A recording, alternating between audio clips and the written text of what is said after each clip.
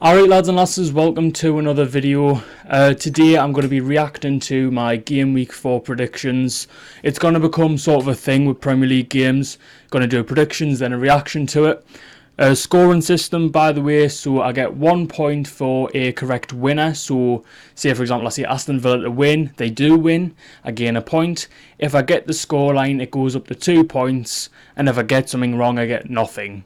So, without further ado, let's start off with what I said for Southampton, Man United at St Mary's Stadium. Where I think Man United are going to win this game, probably by 2 to 3 goals. I'm going to go for a 3-0 win for Man United. The same thing that Russell Martin got accused of in the Championship is happening again in the Premier League, which is playing the same style regardless of who you're playing against when you don't have the squad quality to do so. Yes, your eyes ain't deceiving you. Perfect start. 3-0 to Man United was exactly what happened, what I predicted. Now, don't get me wrong. I was very lucky because I believe Man United got a penalty in the last couple of minutes of that game, so I could have lost a point there. But 2 points gained at the very start of the predictions, and it's going to go to shit from here, so let's see what happens. Liverpool and Forest were up next, and here's what I said. Liverpool and Forest. Liverpool have got a good start, as have Forest. I'm going to see a Liverpool win 2-1. I think Gibbs White's going to score Forest's goal, but I think that's pretty much obvious at this point. Both teams have started off fairly well. Liverpool have a perfect record thus far alongside Man City. And under Slot, they look wickedly good. So I'm going to go for that, purely based on the Slot factor. Now, I've got to admit, and everyone should agree with this, I don't think anyone's seen Forest winning. Let's be completely fair here. Like, it's at Anfield, it's Liverpool who've looked unbelievable under Arne Slot turning up, and Forest I didn't rate under Nuno up until obviously the last couple of games, and they've looked great. They did play very well and they deserved it in the end, but I'm unhappy with this because realistically Liverpool probably should have won this game. It's at Anfield, you've got the home crowd advantage, and you've got a fantastic style of play, so what the hell went wrong for you? But you've cost us a couple of points there, you cunts. Man City Brentford. Now, I was outlandish, I said 5-0 to Man City. Sort of regret doing that now. So, yeah, it was only 2-1. It was actually a lot closer than I thought it was going to be. But at the same time, I gain a point for predicting Manchester City to be the winner of that game. I nearly said Man United, which means Man City fans would have fucking crucified us, right? Anyway, next game was Fulham and West Ham, and let's see what happened. Fulham and West Ham, a London derby at Craven Cottage. West Ham under Lopetegui have made some absolutely belting signings. They seem to be starting off okay. Fulham, again, sort of in that okay category. Not picking up many points as far as my knowledge takes us, but generally a very decent outfit under Marco Silva. Especially the away kit, it's absolutely sublime. But that's not the outfit I'm talking about. Both teams have started off inconsistent, and, you know, of course, you're going to have ebbs and flows when you brought in West Ham's case, a lot of new signings. And for that reason, I'm going to go for a 1-1 draw. Your eyes ain't deceiving ya. Another perfect prediction, a 1-1 draw. It just seemed like that type of game. It's a mid-table game between two very decent mid-table teams. You would be stupid to go against a 1-1 draw. I can understand people have gone for a Fulham win because it's at Craven Cottage, but I can understand somewhat why people would go for West Ham, because obviously their squad quality was excellent. But as I said, it was tactics versus personnel, and it was a 1-1 draw in the end, so again, another 2 points for that one. Palace and Leicester. Got it wrong. I predicted 1-0 Palace.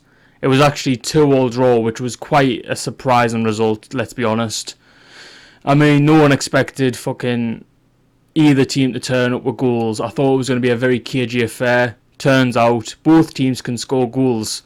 Jamie Vardy, I think, hits another one in this game, and he looks to be back, even though he's the age of, like, retirement. He's got to be now. Like, he's got to be getting his pension and not the winter fuel payment. Thank you, Keir Starmer. But the point is, I'm going to make political jokes. I'm going to get fucking hammered. Yeah, just it seemed to be a very exciting game. I didn't watch it, so I can't obviously comment, and I would recommend checking out fan channels, so Crystal Palace, if they've got any fan channels, or Leicester, because they will be able to speak on it a lot better than I can.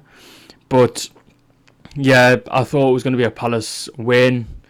They must have played a little bit worse. Obviously, they scored a lot more goals than what I thought they would, but, you know, who am I to judge? I don't know fuck all about either of the two clubs. Brighton and Ipswich, what a fucking dull time that was. I thought it was going to be a Brighton win.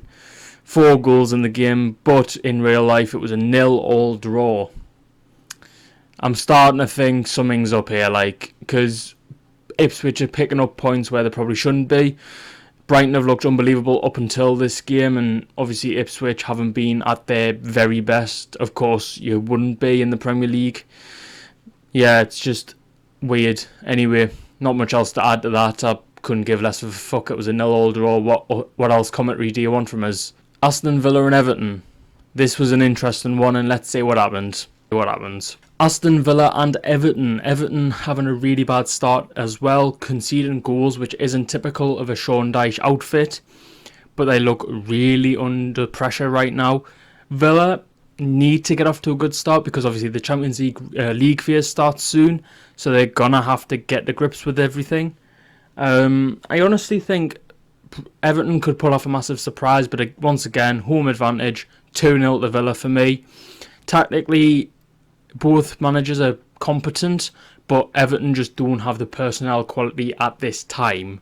So, again, for that reason, it's going to be 2-0 to Aston Villa. So yes, I did predict 2-0 Villa, but what I didn't expect was Everton to go 2-0 up in that game. Obviously, I didn't have them scoring, but what a goal from John Duran. What a goal that was. I mean, Jesus, I only watched the highlight of that game and I was like, ooh. Because, I mean, look, Chelsea, I think, were looking at him and a couple of other clubs were looking at him. I bet they regret not taking the punt now. Wow, that was a shot. But, I mean, I'll try and put a clip up here, but I'll probably get claimed by Sky, right? Let's be completely honest. If I can't put the clip up, just believers, go and search the game for the highlight. The end goal is excellent. I think he's 35 yards out or something like that. He just hits it. Unbelievable goal. But, yeah, Everton going 2-0 up in 2 games running now and losing both games. Bournemouth was the worst of the two because, at least you know with Villa, they're a Champions League level club now. And Bournemouth are perennial mid-table and literally scored, I think, their first goal in the 80th minute. At least with Villa, it was in the 60-odd minutes where they started to come back. So, you know what I mean? It's a less expected loss, I suppose, but you shouldn't be losing from 2-0 down. What the hell is going on with Sean Dyche's team at the minute? Who knows? But that does mean Everton's bottom of the league, so that's a good day for everyone, isn't it? Bournemouth and Chelsea, for shits and giggles, I went Bournemouth 1-0. It was actually Chelsea 1-0, so you fucked us our. But you know what I mean? It's one of them where it could have gone either way. They're both teams who were inconsistent at the start of the season anyway. Chelsea have looked really good in spells, but also really shit in some spells as well. Same thing for Bournemouth. They looked absolutely unbeatable in some games and absolutely dreadful in others. So it's just one of those. And yeah, I just went against my better judgment. I should have gone for the Chelsea win, like I said I was going to. But I thought, no, fuck it, it'll be one game this week. No, it wasn't. Everything went pretty much as expected, apart from the next game. Tottenham and Arsenal, I thought it's going to be a boring 1-1 draw. Arteta's snooze ball, possession base, just passing it round for endless on it, times on end, scoring from set pieces. Tottenham have not looked at the races all season long. Frankly, they aren't even in the same stratosphere as they were at the start of last year, because I think they were top of the league, weren't they, for a period, and they haven't looked in the same level. You know, it's sad to say, because I do like Ange as a person, but fuck me, this football. Arsenal walked all over us and managed to score 1-0. Not good enough. But on the plus side, At least that means that Arsenal are somewhat back and Tottenham might not finish top 4, so Newcastle have a better chance of getting Europe. Speaking of Newcastle, Wolves 1, Newcastle 2. Now, call me, delusional. I did say we would win 3-0, which I think was stupid in hindsight, given we haven't looked convincing in any of the games, and then this game was exactly the same. It took a Harvey Barnes and Fabian Schär wonder goal to get us ahead. Wolves going ahead, and then Pope with an incredible save towards the end of the game. It's just stupid at this point. Like, we're relying on individual brilliance a lot more, which seems weird to say when everything Eddie Howe's done up to press has been systemic. But yeah, it's just not looking convincing. I'm happy we won, don't get me wrong, and I gain an extra point on me predictions, but it does concern us when we haven't had one convincing performance this season. We are sitting third in the league, but again, if we even remotely drop the ball, or we come up against the side that's going to put us to the sword, this could quite easily go from 3rd to 10th, the way we've performed this season. We really need to get the ideas back. I don't know if Eddie's dropped the ball, and God forbid, I don't want him getting sacked or nothing. I think he's a perfect man for the job, but there's rumours going around the club. Is it Paul Mitchell in charge now? I think there's something not right there, in my opinion. I think because the way he's speaking about it is as if Eddie Howe's not playing along, or he doesn't like Eddie Howe. I think in the way he spoke about Mia, Dad, Amanda, and I believe he even slated the Reuben brothers, who, by the way, are still shareholders in the club. I just don't know what's going on at the minute, and maybe that's affecting the performances on the pitch because we've lost someone in Amanda who took an interest. But yeah, it just doesn't seem alright. I mean, we've got the 3 points, that's the main thing, but it is a little bit worrying at the moment. With that being said, that rounds out game week number 4, the reactions. I've already released game week 5, so go and check that out if you haven't already. Yeah, I'm looking forward to the Saturday games and Sunday. I really hope that you guys get to enjoy the fullest extent of the Premier League.